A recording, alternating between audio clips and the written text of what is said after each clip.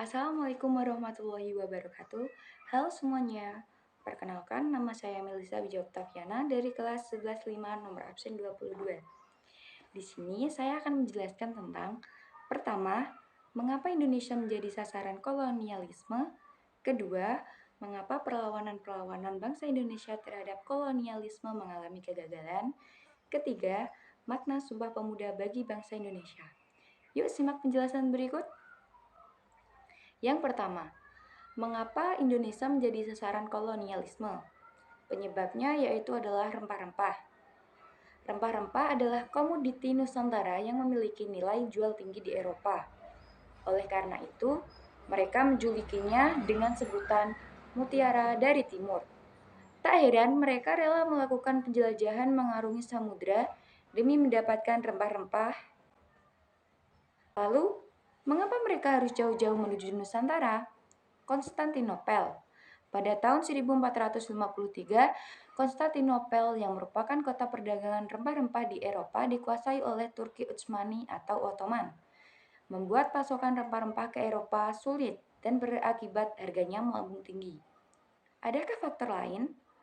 Faktor lain yang mendorong bangsa Eropa melakukan penjelajahan samudra hingga ke Nusantara diantaranya adalah membuktikan teori bumi bulat atau Copernicus, perkembangan teknologi pelayaran, kisah perjalanan Marco Polo atau Imago Mundi, mencari kejayaan atau glory, mencari kekayaan atau gold, dan menyebarkan Nasrani atau gospel.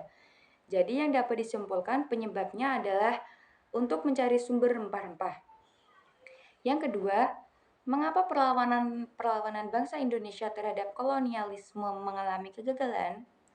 Pada abad ke-19, sebenarnya ada banyak perlawanan terhadap kolonialisme yang dilakukan di berbagai wilayah di Nusantara. Akan tetapi, perlawanan tersebut sayangnya selalu berhasil ditumpas oleh pemerintah kolonial Belanda. Perlawanan tersebut diantaranya perlawanan Pangeran Diponegoro, perlawanan Tuanku Iman Bonjol, perlawanan Kapten Patimura, perlawanan Marta Christina Tianhahu. Mengapa sih perlawanan-perlawanan tersebut mengalami kegagalan? Nah guys, penyebab perlawanan pada abad ke-19 mengalami kegagalan yaitu diantaranya pertama, perlawanan masih bersifat kedaerahan atau lokal. Kedua, persenjataan yang digunakan masih tradisional seperti bambu, runcing, golok, atau senjata tradisional lainnya.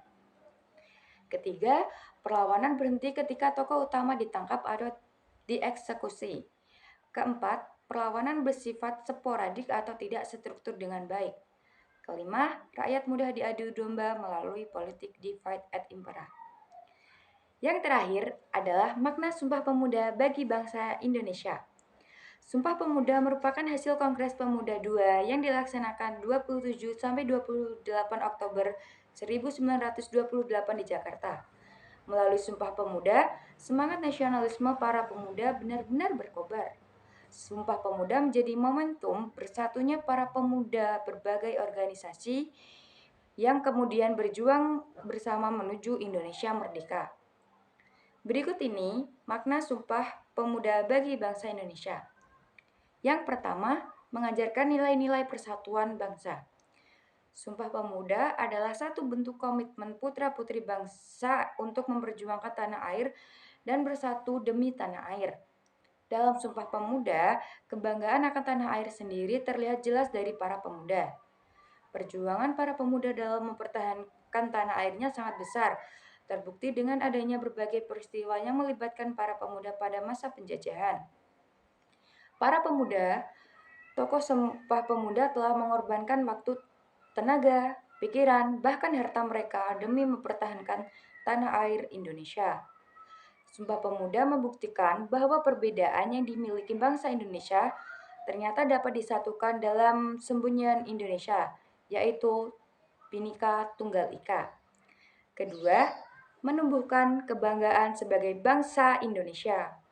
Sumpah Pemuda merupakan tonggak sejarah pergerakan para pemuda Indonesia dalam mengawali kesadaran kebangsaan. Ikrar yang diucapkan para pemuda merupakan janji penting yang memberikan arah baru dan membangkitkan semangat kebangsaan dalam menentang penjajah. Sumpah Pemuda menjadi sarana untuk menyatukan banyak organisasi kemudaan yang bersifat kedaerahan menjadi berjiwa nasionalis. Melalui Sumpah Pemuda, para pemuda telah berkomitmen untuk mengutamakan kepentingan bangsa, yakni bangsa Indonesia. Yang terakhir, menekankan kebanggaan akan bangsa Indonesia. Sumpah Pemuda menegaskan bahwa bahasa persatuan adalah bahasa Indonesia. Dalam masa kemerdekaan, bahasa Indonesia berfungsi sebagai alat komunikasi antar suku. Fungsi bahasa Indonesia sebagai bahasa persatuan adalah mempersatukan bangsa yang terdiri dari beragam suku, ras, dan golongan. Menjunjung tinggi bahasa persatuan yakni bahasa Indonesia. Juga menandakan bahwa kepentingan nasional lebih diutamakan dibanding kepentingan golongan atau kelompok tertentu. Sekian dari saya, apabila ada kekurangan saya mohon maaf. Terima kasih. Wassalamualaikum warahmatullahi wabarakatuh.